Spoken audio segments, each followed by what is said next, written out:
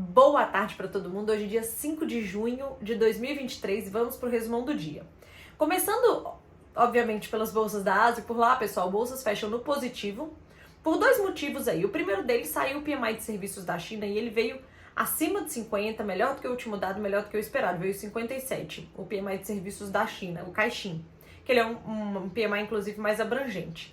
E aí os mercados acabaram positivando aí também na expectativa de que o governo da China vai anunciar ainda esta semana novos estímulos aí para o setor imobiliário. Isso fez inclusive com que o minério de ferro, já indo para as commodities, fechasse com mais de 2% de alta nessa madrugada, certo?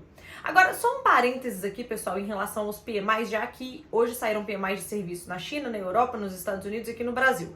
Eu preciso comentar só um pouquinho a interpretação dele para vocês. Bom, na medida em que nós tivemos pandemia no mundo, que as pessoas ficaram trancadas dentro de casa, elas passaram a consumir muito mais produtos porque elas não podiam consumir serviço. Não dava para ir num show, não podia ir num restaurante, não podia ir no salão, não podia cortar um cabelo, enfim.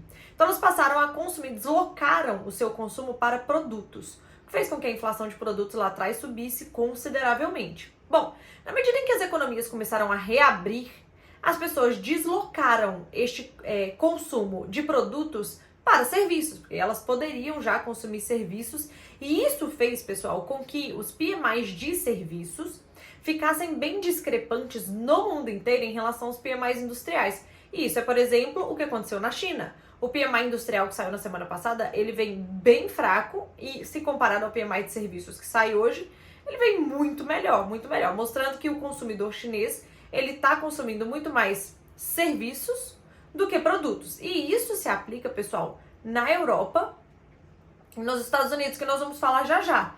Tá? Então vale esta análise, tanto que, para a gente entender o que acontece. Na medida em que as pessoas elas deslocam o seu consumo para serviços, no setor de serviços que fica enraizado ali a inflação, porque as pessoas estão consumindo muito serviço, quase que tirando o atraso aí do tempo que elas ficaram trancadas dentro de casa.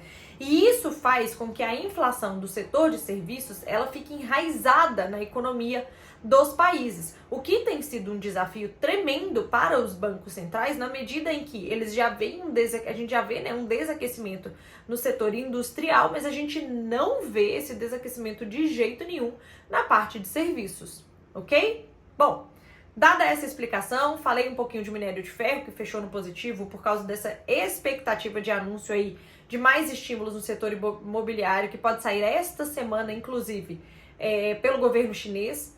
E falando agora de petróleo, o petróleo ele abre com mais de 5% de alta na noite de ontem, aí, refletindo a reunião da OPEP+, em que a Arábia Saudita corta sua produção em 1 milhão de barris por dia, pelo menos agora no mês de julho, de maneira unilateral. Foi uma das reuniões mais tensas que a OPEP+ já teve, e eu comentei isso com vocês ontem na agenda econômica, e uma vez que houve um corte de produção, o preço do barril tende a subir, foi exatamente isso que aconteceu. Então, o petróleo, ele abre precificando esse corte, ao longo do dia e da madrugada, ele realiza um pouco essa alta, ele chegou a bater uma alta de mais de 5%, porém ele segue na alta ao longo do dia. Ok? Então, o cenário de commodities hoje positivos mundo afora. Bom, vamos agora para as bolsas lá da Europa, pessoal. Por lá saiu o PMI de serviços também, do Reino Unido, da Alemanha e da zona do euro. E todos eles vieram praticamente em linha com o que era esperado, um pouco maior, outro pouco menor, mas assim, praticamente em linha, e alguns melhores, inclusive, do que o último dado.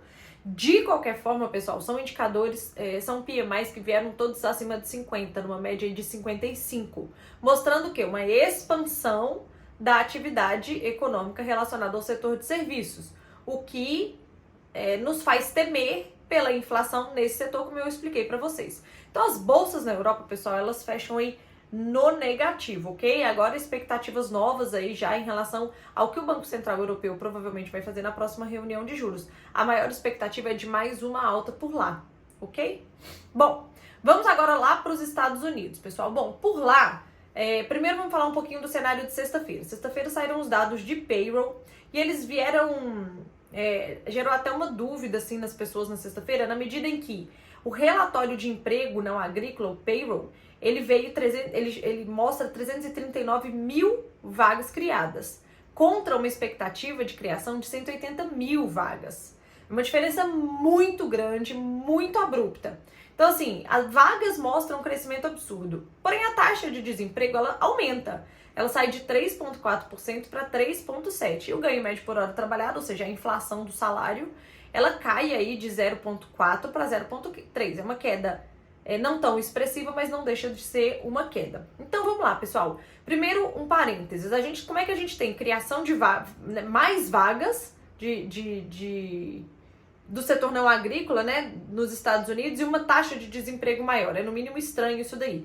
Vale lembrar que a apuração desses dois indicadores, ela é completamente independente uma da outra, tá? Enquanto que as vagas são apuradas olhando para empresas, basicamente olhando assim para a parte de empresas, a taxa de desemprego ela é medida olhando para famílias. Então, eventualmente acontece essa discrepância, ela não costuma ser tão grande quanto foi no último dado, mas de qualquer forma ela pode acontecer, tá? Só para esclarecer primeiro essa dúvida. Mas de qualquer forma, vamos à interpretação dos investidores. Os investidores entenderam, pessoal, que os Estados Unidos pode conseguir um soft landing no controle de sua inflação. O que isso quer dizer? Que os Estados Unidos pode conseguir controlar a inflação por lá, arrefecer a inflação, colocar ela na meta, sem levar os Estados Unidos a uma recessão. Fazer um pouso suave, né? Dar uma desaquecida na economia, mas não levá-la a uma recessão. Isso é chamado de soft landing. Então o mercado, se isso é verdade ou não, se vai dar certo ou não, isso aí não podemos afirmar nada, mas o que o mercado acreditou e apostou na sexta-feira foi que os Estados Unidos pode conseguir sim um soft landing, ok? Então essa é a explicação de sexta-feira, que faz com que as bolsas fiquem positivas depois dos dados meio diferentes aí de payroll, tá? Agora vamos vir para o dia de hoje. Bom, no dia de hoje lá nos Estados Unidos, pessoal, saiu o PMI ISM de serviços, tá? E ele vem 50,3, se não me engano, 50 ponto alguma coisa, tá? Bem na beirinha ali de perder a casa dos 50. Vale lembrar que este dado, pessoal, é um dos piores dados, piores não, mas assim, a gente chega num patamar de março de 2020, lembrando que março de 2020 foi o início do pico da pandemia. Então assim, o PMI de serviços, ele chega em patamares de março de 2020, ok? Se a gente destrincha esse indicador por lá, o que a gente vê? A gente vê uma queda em novas ordens e nos custos dos produtos, ou seja, o serviço nos Estados Unidos está sendo menos demandado e na medida em que ele é menos demandado, o preço cai. E se a gente olha o item de empregabilidade dentro do PMI, a gente percebe uma queda que ele fica inclusive abaixo de 50, ou seja, uma contração, uma possível contração aí dos empregos no setor das contratações, no setor de serviços, tá? Então, o que acontece? O PMI de hoje, e na hora que esse indicador sai, ele inclusive anima a Bolsa dos Estados Unidos, que acaba ficando levemente positiva, leva as bolsas do mundo junto de alguma forma, depois elas entram dentro de uma estabilidade, mas por que essa reação de positividade? Porque o setor de serviços, como eu falei com vocês, que é onde a inflação está enraizada ali, não quer sair de jeito nenhum, o setor de serviços está desaquecendo. Então isso traz para os investidores a expectativa de que, de fato, na reunião de política monetária da semana que vem, do Banco Central americano, eles não vão subir os juros por lá. Eles vão pular uma reunião, vão manter os juros como estão para sentir um pouco mais sobre o comportamento da economia americana, já que o PMI de serviços mostra aí uma desaceleração relativamente importante aí para essa tomada de decisão da próxima reunião de política monetária, ok? Por fim, pessoal, sobre os Estados Unidos ainda, hoje a Apple divulgou aí, eles têm um seminário de novos produtos e tal, e aí eles divulgaram um óculos de realidade virtual e tal, e nesta hora as ações da Apple alcançaram máximas históricas, porém ao longo da apresentação os investidores foram realizando lucros aí, mas isso acabou deixando o S&P ainda mais positivo, porque a Nasdaq, que é onde a Apple está listada, estava bem positiva. De qualquer forma, os investidores acabam realizando lucros, aí, voltando ao normal ao longo do dia. O Dow Jones fecha no negativo, a Nasdaq praticamente no 0 a 0 ali e deixa o nosso S&P, o S&P nosso não é deles, deixa o S&P americano levemente negativo também, mas nada demais. ok? Ficou muito mais dentro da estabilidade, tá, minha gente? Rondou o negativo, rondou o positivo na hora do PMI e acabou ficando aí dentro da estabilidade. Bom, vindo aqui pro Brasil, pessoal, a nossa bolsa surfa essa estabilidade do S&P, então a gente fica negativo, a gente fica positivo e no final das contas a gente fecha completamente dentro da estabilidade.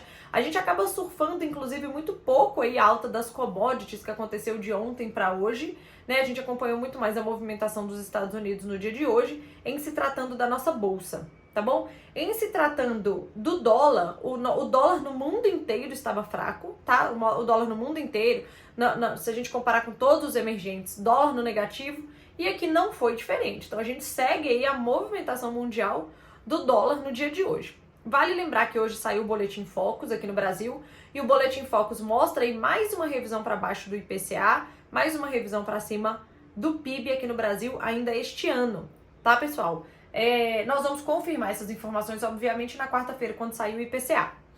E, por fim, falando agora de Brasília, bom, Lula teve uma reunião hoje com o Fernando Haddad, o ministro da Fazenda, e trataram de dois temas. O primeiro é a questão de viabilizar a compra aí de carros populares, que o programa tinha sido divulgado, aí depois não fizeram as contas direito, e aí tiveram que refazer as contas, mudaram o programa, e aí vai virar um novo programa. Neste novo programa há uma expectativa de desconto, não é mais percentual.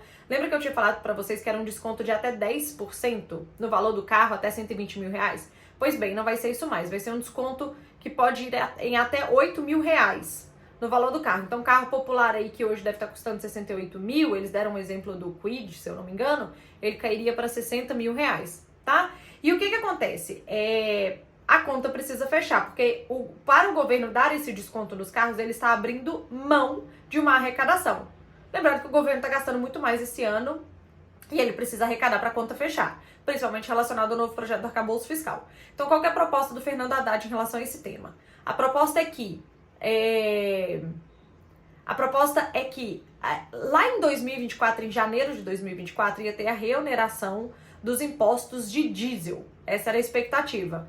A ideia dele é antecipar essa reoneração para setembro, fazer isso de maneira parcial, né? Mas que comece em setembro, e ele acredita que isso vai trazer para o governo uma expectativa de arrecadação de 3 bi. Desses 3 bi, 1,5 bi pagaria esse programa aí para dar desconto para os carros e ônibus e caminhões, como eles têm tentado pôr no programa, e o outro 1,5 bi dessa antecipação da reoneração do diesel. Esse 1,5 bi seria para ajudar a fechar a matemática do governo ali. Então, uma parte seria para o programa de carros, a outra parte seria para ajudar o governo a fechar as contas. Os caminhoneiros já se manifestaram sobre isso, não gostaram do plano, e a gente vai ter que acompanhar esse tema de perto daqui para frente para saber onde isso vai parar, ok? Bom, por fim, também Fernando Haddad e Lula discutiram sobre o programa Desenrola. A expectativa é que brasileiros com dívida de até 100 reais, eles não tenham mais seu nome negativado, de tal forma que eles possam pedir mais crédito. O programa ainda não foi detalhado e não tem previsão de começar, mas de qualquer forma esse assunto também passa a entrar no nosso radar daqui pra frente, ok? Então é isso, me estendi um pouco mais do que o normal hoje, mas para explicar tudo bem bonitinho pra vocês, e até amanhã. Beijo!